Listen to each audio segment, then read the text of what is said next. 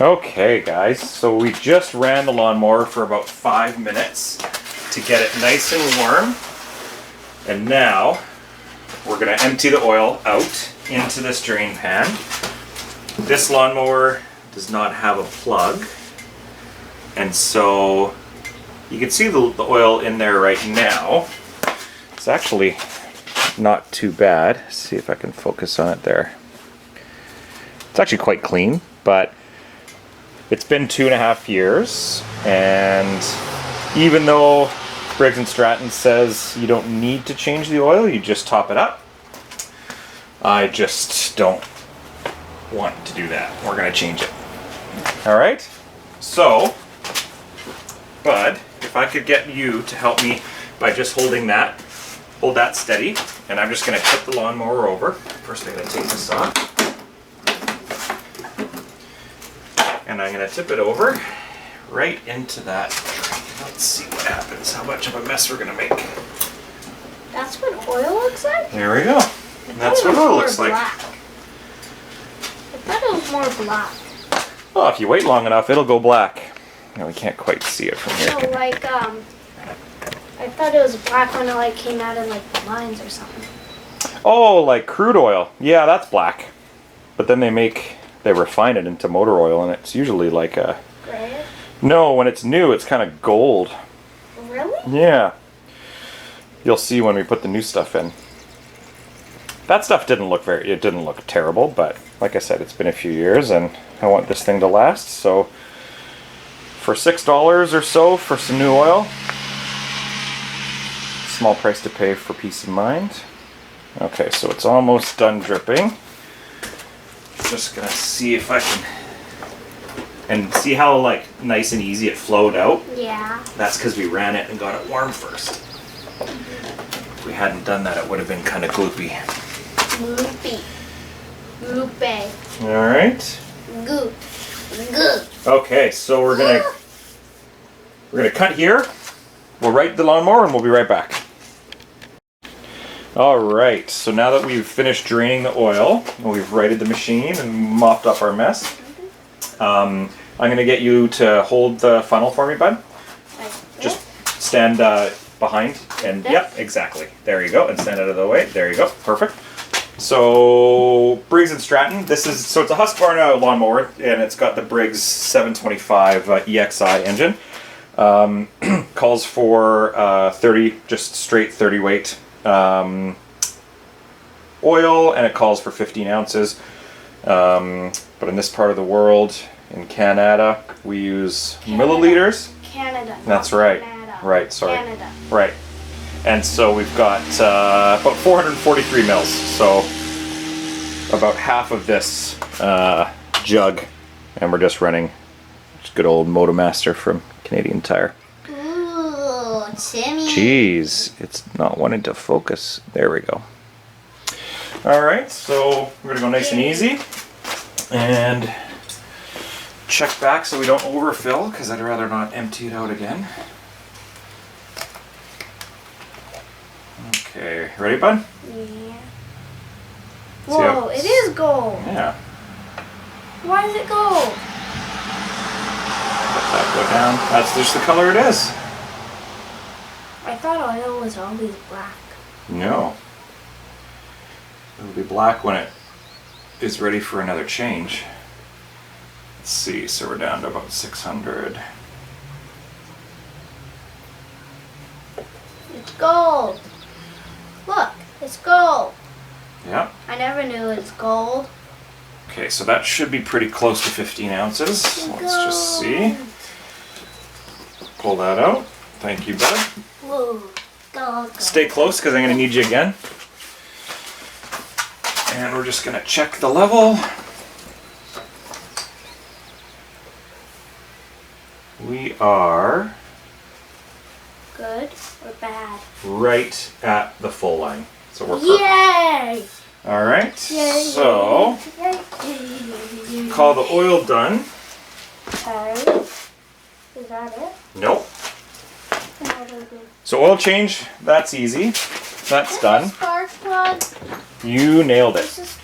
Next thing we're gonna do is the spark plug. is the spark plug. Yay! All right, so Now we get to take it apart, right? yeah, exactly. Yay! Yay! All right, so now we're just gonna pull the plug. This is the plug that came with the lawnmower. Like I said, it's about 2.5 years old. 5/8 plug wrench. Put that out nicely. Cool. And we have, let's see if we can get this to focus. Focus. So Yay. you can see the electrode's a little bit gummed up. There's definitely some, thanks. There's definitely some deposits. If I had the time and the patience, it's definitely something I could clean up and make do with. But honestly, for the cost of a new spark plug, I think the new one I grabbed is about $6.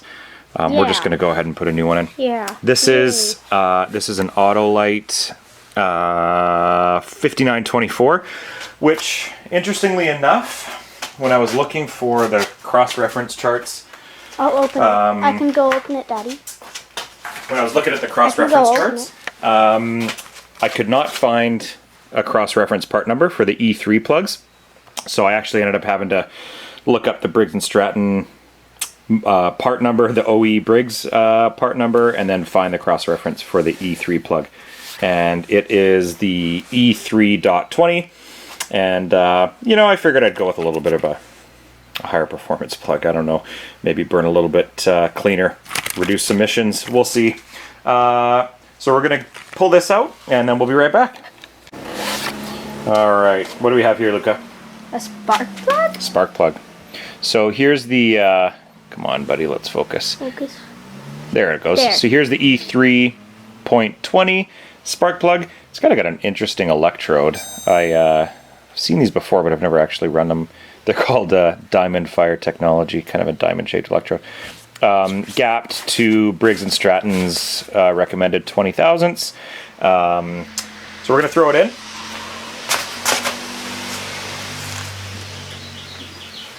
I know some people like to run anti-seize on the threads.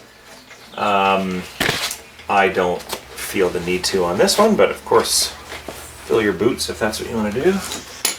I have no idea what the torque specs are, so I'm going to go with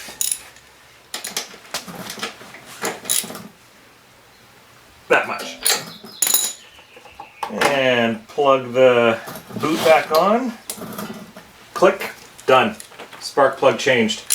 Next thing we're going to do is another pretty easy and inexpensive, actually interestingly enough it's the most expensive part of all the maintenance that I bought, all the parts I bought today. It's more expensive than the oil and the spark plug combined, but still I think the air filter was $15 at Canadian Tire. It's the Briggs OE replacement filter for the 725 EXI engine. And so air filters, honestly, for lawn care implements, they're in pretty dusty environments. So for me, again, I feel like it's pretty cheap insurance. No. So we're going to go down to the side of the mower here. We're just going to switch it around a little bit. Let's see, can we see that, bud? Readjust it a bit. There you go. Perfect. So, air filter covers on the side. Lift and pull, and aha. As I suspected. Look at that. Check that out. What does that even do? That's the air filter that all the air going into the engine has to pass through so that it doesn't suck that in and clog up. Like blade or something? Not the blade, the actual inside of the engine, like in the cylinder. So look at that junk. Look at all the, right now it's raining cotton, which is what this is, right? Instead of it's raining tacos, it's raining cotton. Exactly. So that's definitely, of the three things we did today, oil, spark plug, and air filter, I feel like this is the one that needed it most. So looks like our replacement part is right on the money. And all you do to replace is slide it right back on and clip the housing lid on. And that's it, guys. To be honest with you, that would likely be all you need to do for an annual service, or even a once every 2-year service on a motor like this. But because it's not that much more work and there's no additional cost for this, we're actually going to pull the carburetor off and give it a quick going. Yeah, we're gonna. Carburetor. I'm going to show you. Okay. And we're gonna have a look at the carb, make sure she's all nice and clean, and throw that back in. Again, some more peace of mind. And like I said, no, I'm not going to be putting a carb kit in it. I'm just going to clean it up. So, give me a couple of minutes to rejig the camera angles, and we'll show you how we get at the carb. All right, so we're back. I've pulled the air cleaner back off again, just to show you where the carburetor access is. So this air cleaner housing has to come off. There is 2 7mm screws.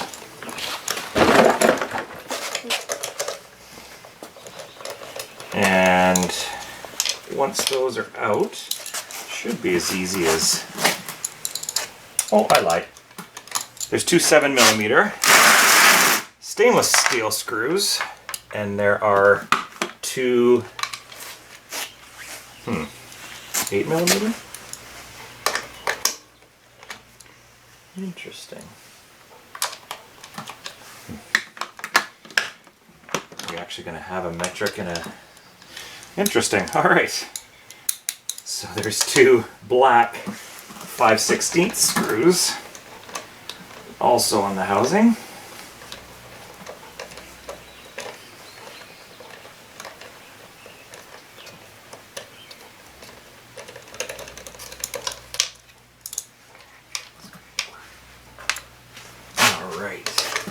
Yeah. Here you go, bud. You want to do the rest of that one for me? Perfect. Good job.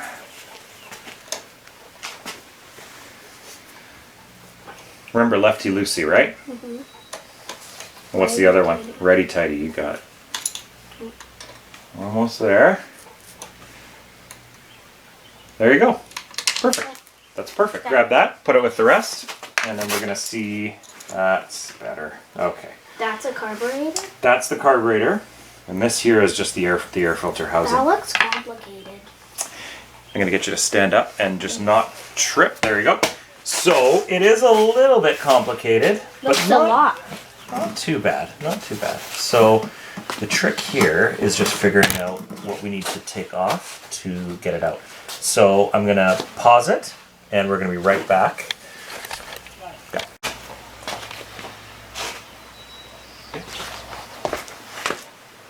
All right. Thanks, Luca. So, just a quick summary. Since we cut last, I pulled the carburetor off to check it, and it was very clean. So, didn't need anything done to it at all. I just sprayed it out, put it back on. I'm not going to show it just because I didn't really do anything other than take it off and put it back on. If you did end up with any run issues like surging or hard start or anything like that, really, the first place you go if it runs but just not very well is the carburetor on small engines, and that's basically just behind the air filter housing here. But yeah, we've now replaced it. We've got the air filter housing back on. The oil fill cap is on. I am going to check the oil level one last time.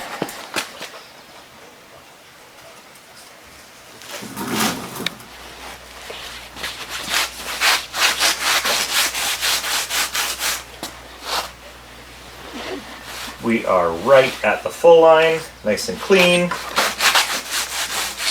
Okay, bud, ready to see if it starts? Yeah. What do you give it, like a 50-50 chance? I'd say 90. Okay, thanks for the vote of confidence.